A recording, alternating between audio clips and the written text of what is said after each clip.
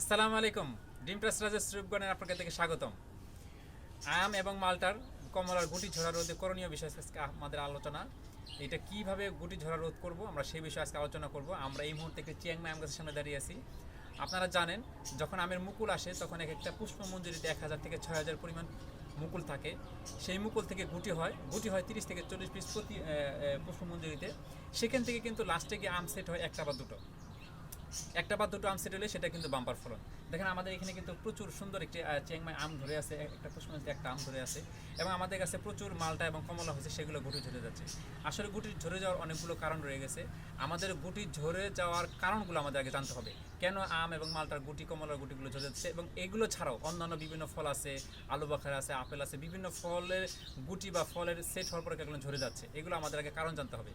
First of all one কারণ হচ্ছে আমাদের গাছে যদি পর্যাপ্ত পরিমাণে যদি বিভিন্ন রোগের আক্রমণ হয়ে থাকে, সেটা আপনার অ্যানথ্রাকনোস হতে পারে, সেটা আপনার মিলিবাগ হতে পারে, সেটা আপনার পাউডারি মিলডিউ হতে পারে, সেটা আপনার কী বলে হপার পোকার আক্রমণ হতে পারে, যে কোনো মাকড়নাশক হতে পারে। যে কোনো পোকার আক্রমণ হলে কিন্তু আমাদের এখানে কিন্তু গাছে কিন্তু এই আম গাছে বা যে কোনো গাছে কিন্তু সেটা আপনার গুটি ঝরে যেতে পারে। এটা হচ্ছে নাম্বার ওয়ান। 2 নম্বর হচ্ছে যদি আপনার এখন জানেন যে আপনারা আজকে মার্চ মাসের 14 এপ্রিল মাসের 14 তারিখ, তো এখন এই মার্চের শেষের দিকে প্রচুর পরিমাণ রোদ হচ্ছে। যারা আমরা শৌখিন ছাদ বাগানি তাদের কিন্তু গাছ টিকিয়ে রাখাটা খুব কষ্টকর, কারণ অতিরিক্ত তাপদাহের কারণে কিন্তু গাছের গুটি ঝরে যায়। এটা 2 নম্বর কারণ। 3 নম্বর হচ্ছে গাছে যদি পর্যাপ্ত পরিমাণে খাবারের সুব্যবস্থা না থাকে তাহলে কিন্তু আপনার গাছের গুটি ঝরে যাচ্ছে। 4 নম্বর হচ্ছে আপনার গাছে পর্যাপ্ত পরিমাণ সেচ ব্যবস্থা না থাকা। এই 4টা মূলত কারণ। আর একটা হচ্ছে প্রাকৃতিক কারণ, যে অনেক সময় শিলাবৃষ্টি ঝড়ের কারণে কিন্তু আপনার কিন্তু গাছের গুটিগুলো ঝরে যাচ্ছে। এই 5টা প্রধানত কারণে হচ্ছে আমাদের আম গাছের এবং অন্যান্য গাছের মালটা কমলা গাছের গুটিগুলো ঝরে যাচ্ছে। এখন কথা হচ্ছে যে এই গুটি ঝরে যাওয়া রোধে আমাদের করণীয়টাকে কী করলে আমাদের এই গুটি ঝরে যাবে, আমাদের মনটা খারাপ হবে না। তো আমরা তো প্রথমেই বললাম যে 1000 থেকে 6000 পুষ্পমঞ্জুরি থেকে একটা আম সেট হবে, এটা হচ্ছে স্বাভাবিক ন্যাচারাল বিষয়। তারপর আমাদের সঠিক পরিচর্যা করে যেতে হবে।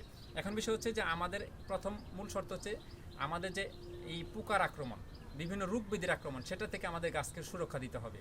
এর জন্য আমরা পোকার আক্রমণ হওয়ার পরে গিয়ে কিন্তু আমাদের ট্রিটমেন্ট শুরু করলে হবে না, আমাদেরকে রেগুলার ওয়াইজ গাছের ট্রিটমেন্ট করে দিতে হবে। সেখানে ছত্রাকনাশক, কীটনাশক, বিভিন্ন ধরনের রোগ অনুযায়ী আপনার বালাইনাশকের ব্যবস্থা এখানে কিন্তু পর্যাপ্ত পরিমাণে করতে হবে। তাহলে কিন্তু আমাদের এই বিভিন্ন রোগ ব্যাধির আক্রমণের কারণে যে গাছের গুটি ঝরে যায় সেগুলো রোধ হয়ে যাবে, নাম্বার ওয়ান। 2 নম্বর হচ্ছে খাবারের সুব্যবস্থা করা। যা আপনারা জানেন যে আমরা সেপ্টেম্বর অক্টোবরের মধ্যে গাছের আম গাছের এবং খাবার দিয়ে থেকে এবং মালটা অন্যান্য গাছের ডিসেম্বরের মধ্যে খাবার সমাপ্ত করে ফেলি, কারণ আমাদের আম গাছের বিভিন্ন জাতভেদে ডিসেম্বর থেকে আমের মুকুল আসা শুরু হয় শেষের দিক থেকে। তো এর জন্য সেপ্টেম্বর থেকে মার্চ পর্যন্ত 6 মাসের একটা গ্যাপ থেকে যায়। এখানে যখন আমের এরকম মটর দানা থেকে একটু বড় হবে তখন কিন্তু আমাদের এরকম কী করতে হবে, খাবারের সুব্যবস্থা করতে হবে। যখন খাবারের সুব্যবস্থা থাকবে গাছের পর্যন্ত তখন কিন্তু আমের গুটিগুলো ঝরে যাবে না।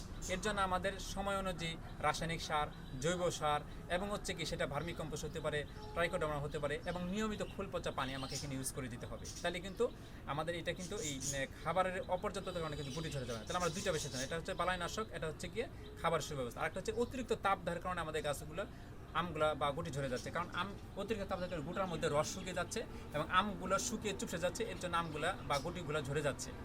এক্ষেত্রে কী করতে হবে, আমাদের নিয়মিত গাছে এই গাছের মধ্যে, গাছের পাতায়, গাছের আমের মধ্যে বা ফলের মধ্যে কিন্তু পানির সুব্যবস্থা করতে হবে, পানি ছিটিয়ে দিতে হবে যাতে তাপ না লাগে, সেরকম সুব্যবস্থা করতে হবে। এই কারণে কিন্তু আমাদের গাছের গুটি ঝরা রোধ হবে। এবং হচ্ছে গিয়ে 4 নম্বর হচ্ছে আমাদের এই মাটিতে পর্যাপ্ত পরিমাণে সেচ ব্যবস্থা করতে হবে, পানির ব্যবস্থা। কারণ মাটিটা যদি কাঠফাটা হয়ে যায়, একদম শুকিয়ে থাকে, তাহলে কিন্তু আমের গাছের আম বা অন্যান্য গুটি কিন্তু এমনিতেই ঝরে যাবে, এটা স্বাভাবিক। এর জন্য সকাল বিকাল নিয়মিত হারে আপনাকে গাছে সেচ ব্যবস্থা করতে হবে, যাতে আমের মাটিতে পর্যাপ্ত পরিমাণে পানি থাকে, উর্বরতা থাকে, মাটি শুকিয়ে না যায় এবং বেশি স্যাঁতসেঁতে অবস্থা না থাকে। এই বিষয়টা আপনাকে খেয়াল রাখতে হবে। আরেকটা হচ্ছে যে ন্যাচারাল ডিজাস্টার, যেটা প্রাকৃতিক দুর্যোগ আমরা বলি, সেটা আমাদের কারো হাত নাই। বৃষ্টি হতে পারে, শিলাবৃষ্টি হতে পারে, ঝড় হতে পারে। শিলাবৃষ্টির অনেক সময় শিলার আঘাতে কিন্তু আমগুলো আঘাতপ্রাপ্ত হয়, পরবর্তীতে সময় নিয়ে আমগুলো আস্তে আস্তে ঝরে পড়ে যায়। এটা তো আমাদের কিছু করণীয় নয়, যদি শেডের ব্যবস্থা করা যায় তাহলে আলহামদুলিল্লাহ ভালো।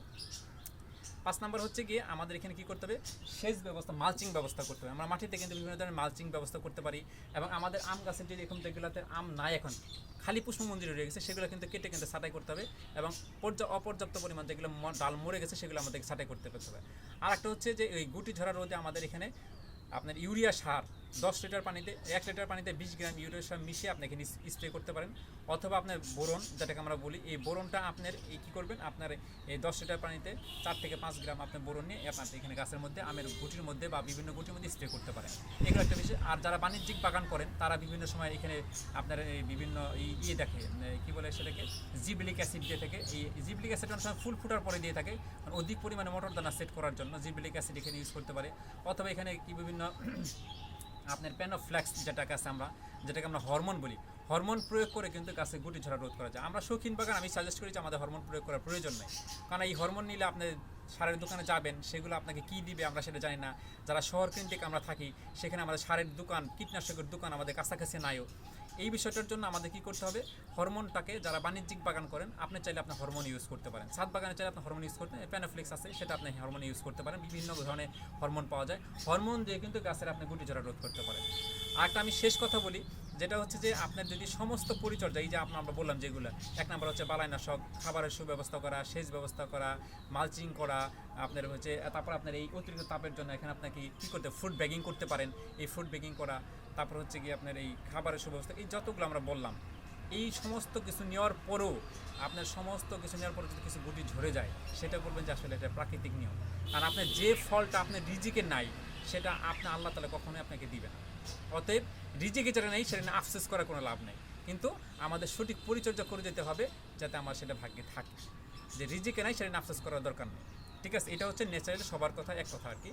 তো এইভাবে করে আমাদের এই গুটি ঝরা রোদে আমরা কাজ করতে পারি। আমাদের প্রয়োজন এভাবে সেবা পরিচর্যা করলে, নিয়মিত পরিচর্যা, আগাছা পরিষ্কার করতে হবে, নিয়মিত পরিচর্যা করলে ফলের কোনো বিকল্প নেই। আল্লাহ তাআলা আমাদের রিজিক দিয়ে ভরপুর করে দিবেন ইনশাআল্লাহ, ঠিক আছে? তো এইভাবে করে আমরা পরিচর্যা করি। আমার সকল কাছে পরিচর্যা করি। ভালো থাকবেন, সুস্থ থাকবেন, দেখা হবে নেক্সট কোনো ভিডিওতে। আসসালামু আলাইকুম।